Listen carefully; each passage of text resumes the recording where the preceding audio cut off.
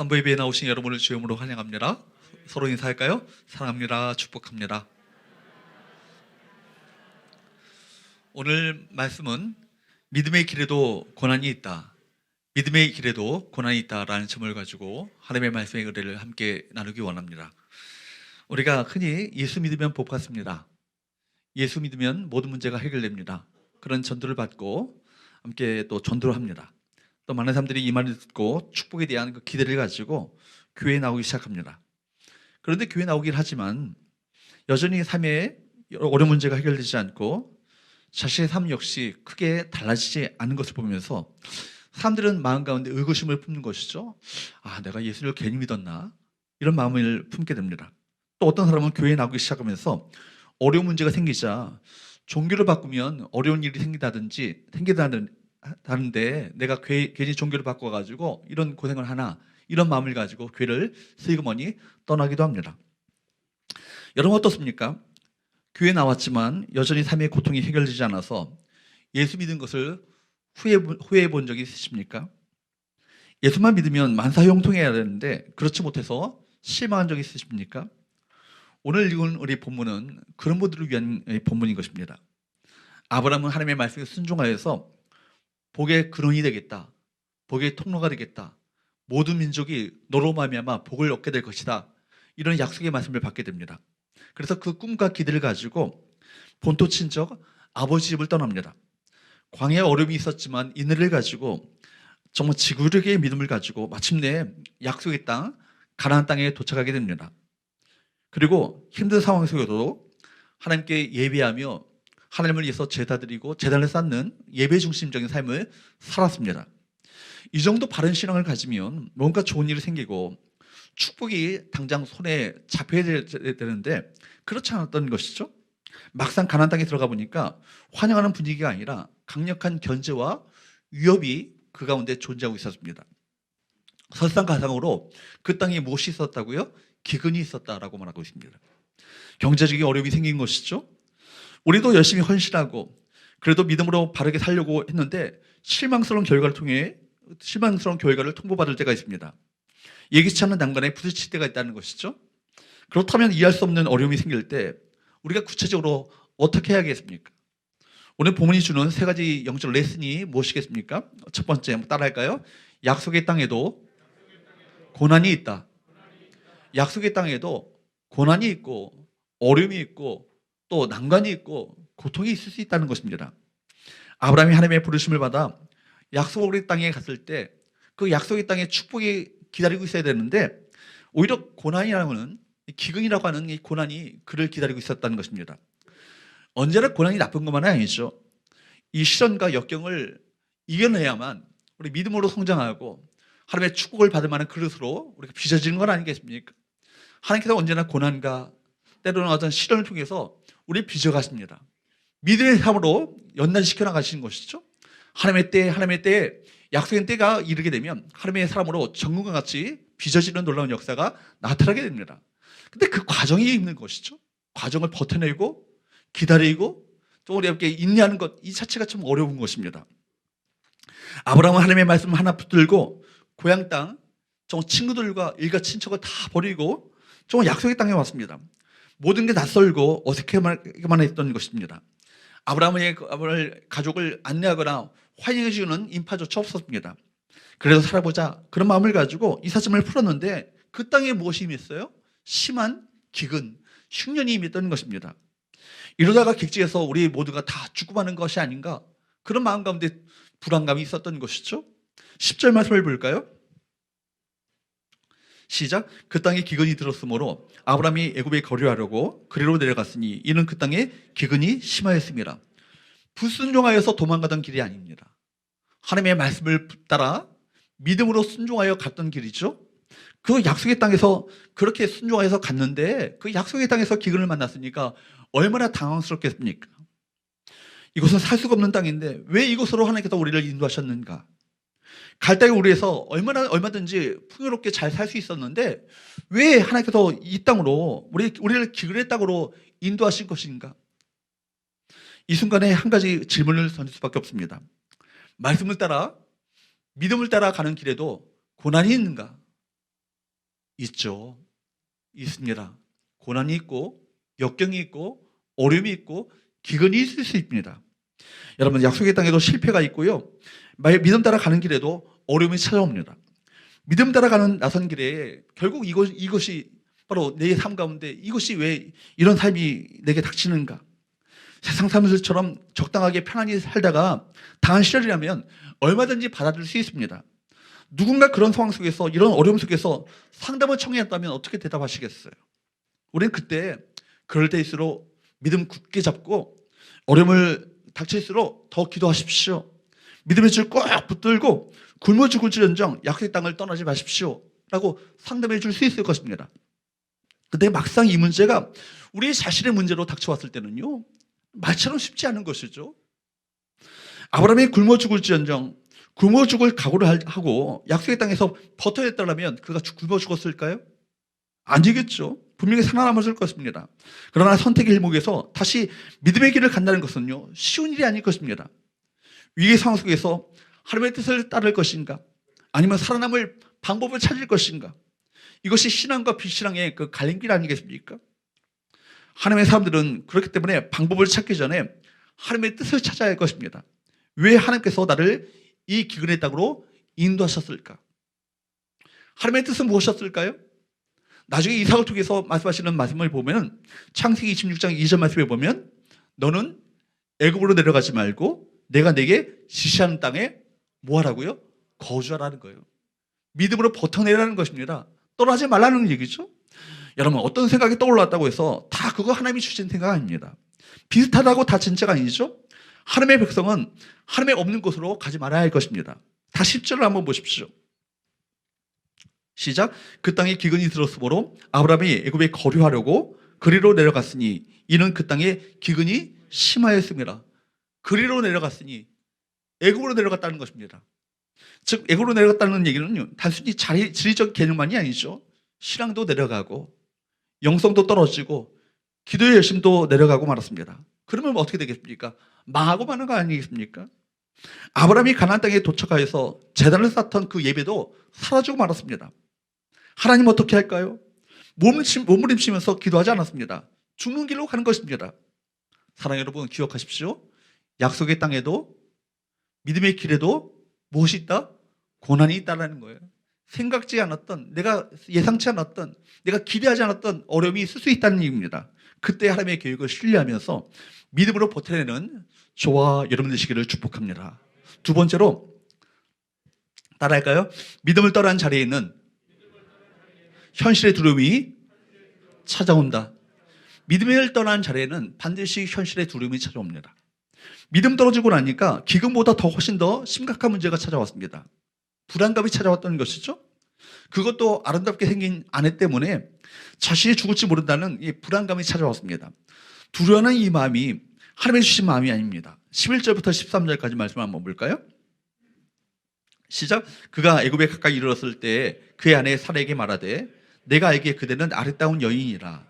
애굽 사람이 그대를 볼 때 이르기를 이는 그의 아내라 하여 나는 죽이고 그대는 살리니 원하건대 그대는 나의 누이라 하라. 그러면 내가 그대로 말미암아 안전하고 내 목숨이 그대로 말미암아 보존되리라 하니라. 여러분, 우리 믿음은요, 한번 무너지면요 연속적으로 무너지게 되어 있습니다. 기근, 경제적인 어려움이 닥치자 그가 어디로 내려갑니까? 애굽으로 내려갔습니다. 믿음의 1차 방어선이 무너지게 되니까요 연속적으로 하얀 곡선을 그리게 되는 거예요. 그래서 여러분, 아브라함이 어떤 생각을 하게 됩니까? 자기 아내의 살해 때문에 사람들이 자기를 죽일지 모른다는 두려움이 찾아오게 되는 것입니다. 믿음을 잃어버리면 하나님은 보이지 않고 현실이 크게 보이기 시작합니다. 그러면서 마음 가운데 두려움과 염려, 불안함이 찾아오게 되는 것이죠. 과장된 불안이 그에게 엄습해 오는 것입니다. 사람들이 무섭게 보이기 시작합니다. 사람이 불안하고 사람이 두려움에 빠지게 되면 한치 앞을 내다보지 못하는 것이죠. 그러면서 어떤 장기를 내게 됩니까? 바로 자신의 아내 보고 누이라고 속이게 되는 것이죠. 사실은 그 반쪽짜리 진실입니다. 바로 사례는 그의 이복 동생이었기 때문입니다. 그러나 사실은 뭐예요? 그가 결혼했기 때문에 누이가 아니라 자기 아내죠. 여러분, 이런 아브라함의 꼼수가 통하였습니까? 문제가 근본적으로 해결되기는커녕 애굽 왕 바로가 사례를 데려가 버리고 마는 바로 이런 사태가 벌어지고 말았습니다. 두려움으로 인해서 시도하는 인간적인 꼼수로는 문제가 해결될 수 없습니다. 두려움은 우리를 자포자기하게 합니다. 실패하게 만드는 것이죠. 그렇기 때문에 잠언서 29장 25절 말씀에 보면 뭐라고 말씀합니까? 사람이 두려워하면 무엇에 걸린다고요? 올무에 걸리게 되거니와 여호와를 의지하는 자는 안전하리라. 다시 한번요. 사람이 두려워하면 무엇에 걸린다고요? 올무에 걸리게 되거니와 여호와를 의지하는 자는 안전하리라. 따라합시다. 사람을 두려워하면 올무에 걸리게 되거니와 여호와를 의지하는 자는 안전하리라. 사랑하는 여러분, 사람 두려움을 내리시기를 바랍니다. 하나님만을 경외할 수 있기를 바랍니다. 그렇기 때문에 사람을 두려워하는 것이 이런 실수를 낳은 것입니다. 잠언 전체를 통해서 주는 교훈이 뭐예요? 주제가 무엇입니까? 여경지근입니다. 따라할까요? 여경지근. 여경지근이 뭘까요? 여호와를 경외함이 지식의 근본이라는 거예요. 여호와를 경외하는 것이 살 길이라는 것입니다. 여호와를 경외하는 것이 우리 삶 가운데 진정한 평안과 안전을 가져다 준다는 것입니다. 그렇기 때문에 여러분, 하나님을 두려워하게 되면 사람을 두려워하지 않게 됩니다. 하나님을 두려워하게 되면 환경을 두려워하지 않게 됩니다. 하나님을 두려워하게 되면 모든 문제가 문제로 여기지 않는 것이 아니라 문제를 오히려 돌파할 수 있는 믿음이 생기게 되는 건 아니겠습니까? 우리가 인생을 두려워해서 할 수 있는 인생을 두려워할 수 있는 두려움을 극복하기 위해서는 하나님을 바라봐야 될 줄 믿습니다. 그리고 하나님을 두려워하면 사람의 두려움이 내려지게 되는 거예요. 반면에 우리가 포커스가 우리 초점이 하나님을 떠나게 될 때 우리 그리스도인들도 하나님의 백성들도 하나님을 떠나고 하나님을 바라보지 못하면 어떻게 될까요? 사람 두려워하게 되고 문제를 두려워하게 되고 환경을 두려워하게 되는 거예요. 믿음이 사라지고 하나님을 떠나면 염려와 불안이 내 영혼을 사로잡게 됩니다. 불안하면 이루어지지 않은 미래까지 다 망쳐지고 마는 건 아니겠습니까? 가장 지롭게 생각한다는 것이 가장 어리석은 결론을 가져다 줄 수 있다는 얘기입니다. 인간의 지혜란 자기의 꾀에 자기가 넘어가게 되는 거예요. 사람을 두려워하게 되면 뭐에 걸린다고요? 올무에 걸린다는 거예요. 반면에 여호와를 의지하는 자가 안전하게 될 것이다. 이것이 성경의 말씀 아니겠습니까? 하나님의 지혜는 영성을 가져다 줍니다. 하나님의 지혜는 생명을 가져다 주고 하나님의 지혜가 평안과 안전이 임하게 되는 것입니다.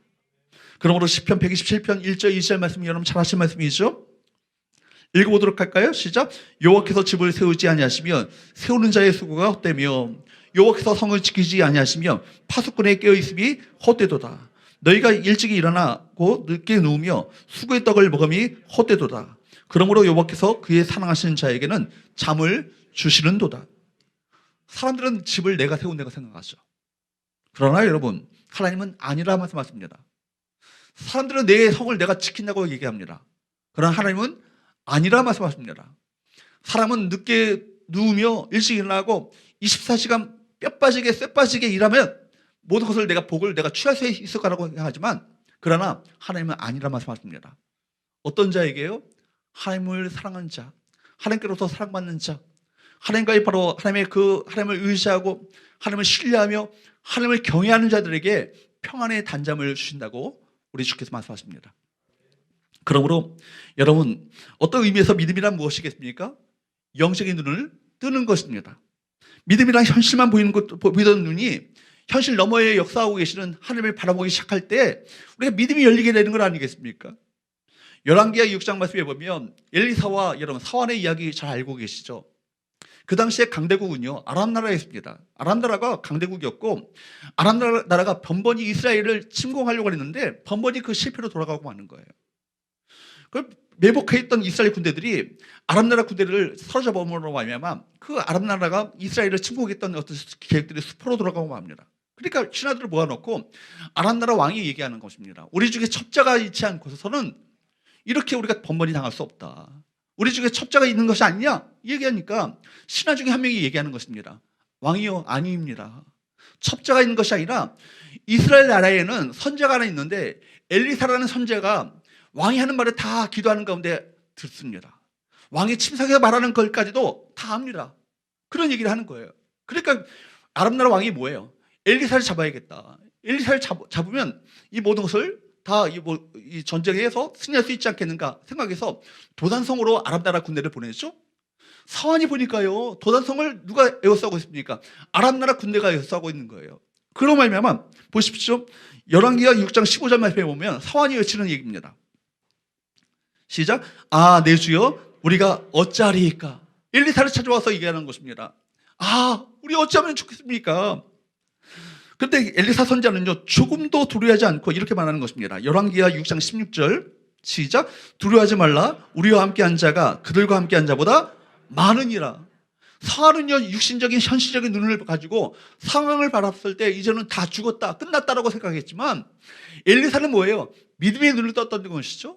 현실의 눈을 가지고 바라보는 것이 아니라 믿음의 눈을 가지고 현실을 바라보는 것입니다. 우리와 함께한 자보다 지금은 우리를 둘러서 함께한 자가 그들과 함께한 자보다 더 많다. 누굴 바라본 거예요? 하나님을 바라보는 것이고, 하나님께서 역사하시는, 함께 하시는 바로 천군 천사를 바라보는 것 아니겠습니까? 그리고는 종을 위해서 이렇게 기도합니다. 열왕기하 6장 17절 상반절 말씀에 보면 여호와여 원하건대 그의 눈을 열어서 보게 없었어. 그가 장님입니까? 아니죠. 눈을 뜬 자입니다. 그러나 여호와여 그의 영적인 눈을 떠서 그들이 영적인 세계를 볼 수 있는 눈을 갖게 하여 주옵소서. 믿음의 눈을 갖게 하여 주옵소서. 보십시오. 6장 17절 하반절 말씀에 보면 기도에 이르되 여호와여 원하건대 그의 눈을 열어서 보게 하옵소서 하니 여호와께서 시작. 여호와께서 그 청년의 눈을 여시매 그가 보니 불말과 불병거가 산에 가득하여 엘리사를 둘렀더라. 현실적인 눈을 가지고 현실을 바라봤을 때는 이것이 보이지 않았죠. 그러나 영적인 눈을 떠서 믿음의 눈을 떠서 바라보기 시작하니까 불말과 불병거가 여호와께서 거느리시는 천군 천사가 함께 하신 것을 보게 된 것 아니겠습니까? 그 다음부터는요, 사환은 두려워하지 않습니다. 여러분, 믿음이 무엇입니까? 눈이 열려서 하나님의 군대를 보는 것입니다. 사환이 눈을 여니까, 눈이 열리기 시작하니까 현실적인 상황이 넘어서 역사하시는 전능하신 하나님의 놀라운 역사를 보기 시작하는 것 아니겠습니까? 현실적인 눈을 가지고 바라볼 때는 어떻게 합니까? 아람 나라 군대가 쳐들어왔구나. 이제 다 죽었다. 이제 끝났다. 어떻게 도망치지? 이런 생각밖에 먹지 않는 거예요. 그러나 여러분, 사환의 눈이 열려서 하나님의 군대를 보기 시작하니까 하나님의 계획을 보기 시작하는 것입니다. 지금까지 보지 못했던 하나님의 놀라운 역사를요, 영적인 눈을 떠서 보게 된 것 아니겠습니까? 이것이 바로 믿음이죠. 그렇습니다. 믿음은 현실보다 큰 영적인 세계를 바라보는 것이고, 현실 넘어 역사하시는 전능하신 하나님을 바라볼 때 믿음이 열리게 되어지고 믿음을 행할 수 있는 것 아니겠습니까? 사랑하는 여러분, 우리 모두에게 믿음의 눈이 열릴 수 있기를 축복합니다. 영적인 눈을 떠서 하나님의 역사하시는 하나님을 바라보는 우리 믿음의 삶들 될 수 있기를 주님으로 축복합니다. 세 번째, 따라할까요? 약속을 지키시는 하나님을 붙들라. 약속을 지키시는 하나님을 붙들라는 것입니다. 지금 당장 역사하지 않는 것처럼 느껴지고 현실적인 어려움만 보이지 않는 것처럼 느껴진다 할지라도 영적인 눈을 떠서 역사하시는 하나님을 바라보고 마침내 하나님께서 그 약속을 이루실 것을, 성취하실 것을 믿음으로 바라보는 믿음의 사람들에게 하나님께서 친히 역사하시고 그에게 놀라운 은혜를 베풀어 주신 건 아니겠습니까? 아브라함이 아내 사례를 자기 누이라고 속인 거짓말은 어떤 결과를 낳게 됩니까? 14절 15절 말씀을 볼까요? 시작. 아브라함이 애굽에 이르렀을 때 애굽 사람들이 그 여인이 심히 아름다움을 보았고 바로의 고관들도 그를 보고 바로 앞에서 칭찬함으로 그 여인을 바로의 궁으로 이끌어 들인지라. 바로의 고관들이 사례의 유물을 칭찬하자 바로가 그녀를요 궁으로 이끌어 드립니다. 아브라함은 그저 아내를 누이라고 들러대고 이 상황만, 이 정말 현재 지금 상황만, 지금 이 기근이 끝날 때까지만 버티자는 생각을 가지고 그런 거짓말을 했건만 오히려 죄가요 엄청난 이 사태를 낳고 말았습니다. 아내를 빼앗길 수 있는 위기 가운데 처하게 되는 거예요. 16절 말씀을 한번 보십시오. 시작. 이에 바로가 그로 말미암아 아브라함을 후대함으로 아브라함이 양과 소와 노비와 암소 나귀와 낙타를 얻었더라. 거짓말로 말미암아 많은 재산을 얻게 되는 것입니다. 하지만 약속의 아들을 낳을 수 있는 사라를 빼앗길 수 있는 위기에 처하게 되는 것입니다. 하나님의 계획이 없었다면, 하나님의 간섭하심이 없었다면 재물은 얻고 그러나 하나님의 약속을 잃어버릴 수 있는 처지에 빠지게 된 것입니다. 딱 한 번만 이라는 생각으로 잘못된 길에 발을 들여놓았다가 올무에 잡혀 빠져나오지 못하는 경우가 얼마나 많이 있습니까? 두려움이나 세속적인 유익 때문에 영원한 하나님 나라의 복을 잃어버리는 어리석은 선택을 하지 않게 되길 바랍니다. 결국 하나님께서 개입하시죠. 17절 말씀을 볼까요? 시작. 여호와께서 아브라함의 아내 사라의 일로 바로와 그 집에 큰 재앙을 내리신지라. 문제를 일으킨 아브라함은 문제로 말미암아 헝클어진 이 문제를 결국 이 문제를 해결할 능력이 없습니다. 왕에게 빼앗긴 아내를 무슨 수로 다시 되찾을 수 있겠습니까? 그래서 우리는 기도할 수밖에 없는 건 아니겠습니까? 우리가 해결할 수 없는 문제를 만난다면 그 문제 하나님께 맡겨드려야 합니다. 하나님께 부르시셔야 합니다. 주님을 찾아야 할 것입니다. 환난 날에 내게 부르시라. 그럼 내가 응답하겠고 내가 알지 못하는 크고 은밀한 일을 내게 보이리라 말씀하셨습니다. 하나님 이 문제 내가 해결할 수 없습니다. 이 문제를 내가 풀 수 없습니다. 주님께서 역사하셔야겠습니다. 주님께서 이 문제를 개입하시고 간섭하셔서 주께서 친히 푸셔야겠습니다. 라고 주 앞에 맡겨드릴 때 주께서 친히 개입하시고 간섭하시는 놀라운 은혜를 우리 가운데 베풀어 주실 것입니다. 여러분, 바로 왕국에 하나님께서 개입하심으로 말미암아 재앙, 즉 온갖 질병, 전염병이 들기 시작했습니다. 백양의 무효입니다. 결국 이 문제가 사라 때문에 일어난 이 재앙이라는 사실을 그들이 깨닫게 되는 것이죠. 아브라함이나 사라를 건드렸다가는 뼈도 못 추린다, 그런 생각을 한 것입니다. 부탁도 하지 않았는데 제발 이 사라를 데려가 달라고 애원합니다. 사랑 여러분, 하나님은 저와 여러분들을 포기하지 않으십니다. 우리는 실수하고 실패했지만 하나님께서 우리를 지키시고 보호하십니다. 사실 바로 왕은 잘못이 없었습니다. 바로 입장에서는 정말 억울한 일 아니겠습니까? 믿음 없는 아브라함 때문에 지금 곤욕을 치르고 있는 것입니다. 요나의 잘못 때문에 배에 탔던 모든 사람들이 다 풍랑을 만나는 거 아니겠습니까? 언제나 그렇기 때문에 역사의 주인공은 하나님의 자녀들입니다. 여러분, 하나님의 자녀가 잘못되면 주위 사람들이 여러분 어려움을 겪게 되는 것입니다. 반면에 하나님의 사람들이 바로 서게 된다면 가정이 바로 섭니다. 교회가 바로 섭니다. 나라와 민족이 바로 서게 되는 것입니다. 여러분, 세상이 어려울 때마다 우리 그리스도인들은 언제나 기도하면서 내 가슴을 쳐야 할 것입니다. 내 탓입니다. 내가 기도하지 않았기 때문입니다. 하나님을 찾지 않았기 때문입니다. 여러분, 자식이 잘못되어도 남편이 고난을 겪어도 요나가 1장 12절에서 우리 고백했던 것처럼 요나서 이 큰 폭풍을 맞는 것이 나 때문인 줄 내가 아노라. 이 큰 폭풍을 맞는 것이 나 때문인 줄 내가 아노라.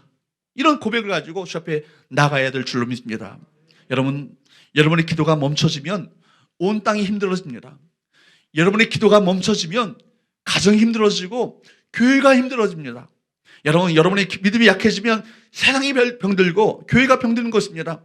여러분들이 비틀거리면 온 세상이 비틀거리는 건 아니겠습니까? 여러분, 믿음 따라 말씀 따라 갔는데 그 약속의 땅이 기근이 기다리고 있습니까? 우리가 이해가 되지 않고 용납이 잘 되지 않지만 하나님의 뜻이 무엇인가를 물으면서 고난을 견뎌내는 저와 여러분 되시기를 바랍니다. 하나님의 명령을 따라 광야로 나섰는데 홍해가 앞을 가로막고 있습니까? 도망가면 애굽 군대에 잡혀 죽습니다. 홍해 앞에서 기도하며 버텨내야 할 것입니다. 결국 홍해가 갈라지는 기적을 그들이 맛보지 않습니까? 약속의 땅에 들어갔는데 난공불락의 여리고성이 버티고 있습니다. 어떻게 해야겠습니까? 원망과 불평으로 그 성 앞에서 좌절하고 있겠습니까? 침묵하며 기도하며 그 성을 돌아야 할 것입니다. 그때 난공불락의 여리고성이 무너지는 놀라운 하나님의 역사가 나타나지 않습니까? 우리가 가는 길이 믿음의 길이라면 끝까지 믿음으로 가야 할 것입니다. 오늘 말씀에서 아브라함은 하나님의 약속을 위태롭게 했지만 하나님은 놀라운 방법으로 그 약속을 회복하십니다. 그의 믿음은 비록 여러분 순간적으로 믿음을 잃어버렸지만 다시금 그 믿음이 회복되게 되었고 다시금 약속의 땅을 잠시 떠났던 하나님께서는 아브라함을 다시금 약속의 땅으로 되돌리십니다. 그러므로 위기가 찾아왔을 때 우리가 바라봐야 될 것은 상황이 아니라 누구라고요? 하나님이시라고요. 강구해야 될 것은 나의 계획이 아니라 누구의 계획이겠습니까? 하나님의 계획이신 것입니다. 사랑하는 여러분, 여기서 우리가 배우는 메시지는 무엇입니까? 환경을 두려워하지 마시고 하나님의 말씀에 순종해야 한다는 것입니다.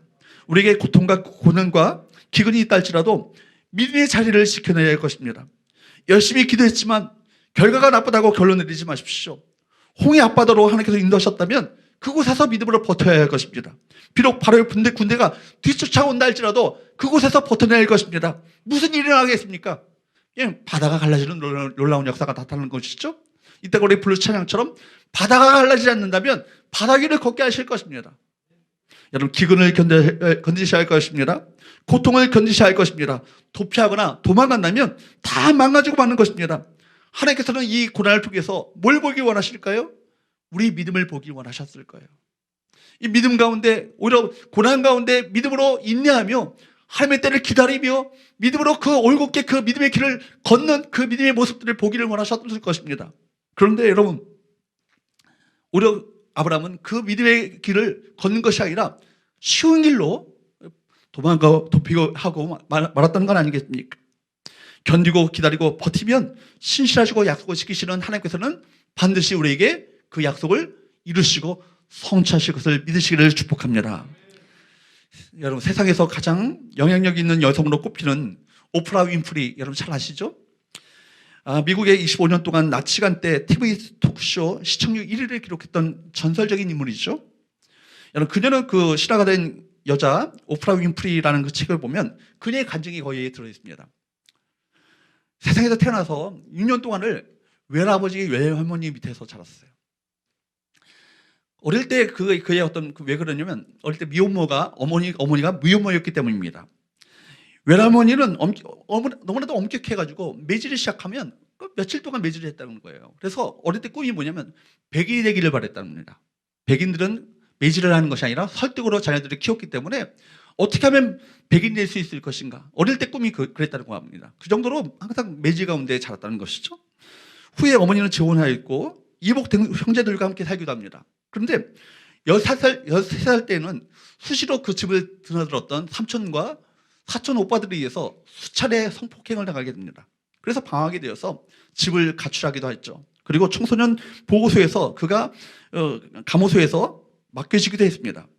결국 어머니가 그를 감당할 수 없게 되니까 친아버지에게 그를 보냈는데 그때 어떤 아버지가 누군지 모르는 가운데 14살 때 임신하게 되었고 조상 끝에 아이를 낳는데 결국 아이가 죽기도 합니다. 방송국에 취업한 후에 또 파마를 하다가 부작용으로 머리가 다 빠지는 그 대머리로 방송을 진행하는 일도 있었다고 합니다. 그렇게 수많은 어떤 고난과 역경 속에서 자신의 인생에 대해서 자포자기하고 절망 가운데 하루하루를 보내는 가운데 그가 하나님의 말씀을 만나게 되는 거예요. 그리고 절망스러운 환경 속에서 그 밑바닥에서 하나님을 만나게 되었고 하나님의 말씀을 붙들게 되었습니다. 그가 붙들었던 하나님의 말씀이 뭐냐면 에베소서 4장 6절 말씀인데 같이 한번 볼까요? 에베소서 4장 6절 말씀을 같이 한번 읽어보도록 합니다. 시작. 하나님도 한 분이시니 곧 만유의 아버지시라. 만유에 계시고 만유를 통치하시고 만유 가운데 계시도다. 하나님은 한 분이시니 만유에 계신 하나님, 만유를 통일하시고 통치하시고 다스리시는 전능하신 하나님, 그 하나님이 바로 나의 하나님이다. 이 확신이 그에게 찾아오게 된 거예요. 그러니까 여러분, 어려움이 어려움으로 여겨지지 않는 거예요. 고통의 환경 속에서도, 절망할 수 있는 환경 속에서도 이 말씀을 붙들었다고 합니다. 그래서 힘들 때마다 성경을 꼭 준 채 하나님을 바라보고 만유의 역사하시는 하나님께서 지금 나와 함께 하신다. 그 확신 속에서 믿음으로 그 상황들을 이겨냈다는 거예요. 그가 이렇게 그 책에서 고백하기를 뭐라고 얘기하면 이렇게 고백하고 있습니다. 강간을 당하고 학대를 당하고 매질을 당하고 거부당하는 가운데 살아남을 수 있었던 데에는 오직 한 길밖에 없었습니다. 임신 또 생활보호 대상자인 어머니, 그리고 살이 찌고 인기가 떨어지는 것에 대한 두려움을 떨쳐버리기 위해서는 오직 한 길만이 있었을 뿐이었습니다.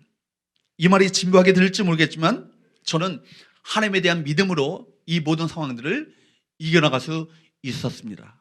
이분의 고백이에요. 믿지 않는 사람들은 진부하게 들리죠. 또 하나님 사랑하나. 그러나 우리는 확신하고 있지 않습니까? 모든 상황을 뛰어넘어서 역사하시는 전능하신 하나님이 누구의 아버지세요? 나의 아버지세요. 여러분의 아버지십니다. 우리의 아버지십니다. 그 하나님에 대한 믿음을 가지고 살아갈 때 모든 환경들을 넘을 수 있는 믿음으로 우리가 승리할 수 있는 건 아니겠습니까? 아브라함의 하나님이 바로 우리 하나님이 되시고 오프라 윈프리에게 함께 하셨던 하나님께서 지금도 우리에게 살아 역사하고 계심을 믿으시기를 축복합니다.